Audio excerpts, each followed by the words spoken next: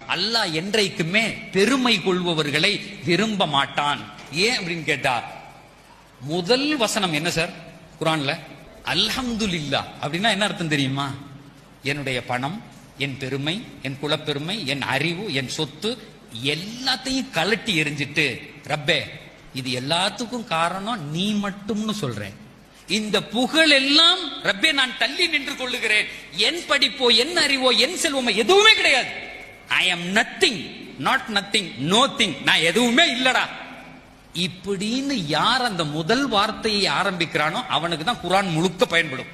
தற்பெருமை, நான் யார் தெரியுமா? என் அறிவால், என் சிந்தனையால் நடந்ததுன்னா அல்லாஹ் தஆலா அவனுக்கு பிடிக்கவே பிடிக்காது. அது ஒண்ணுதான். இரண்டாவது, அடுத்தவர்களை இழிவாக கருதுவது பிடிக்கவே பிடிக்காது. அல்லாஹ் நம் வாழ்க்கையில நம் மரண பந்தம் வரையும் அல்லாஹ் தஆலா நமக்கு என்ன தேவையோ அதை அவனே வழங்கி நம்மை மரண பந்தம் வரையும் சுகமாக வாழ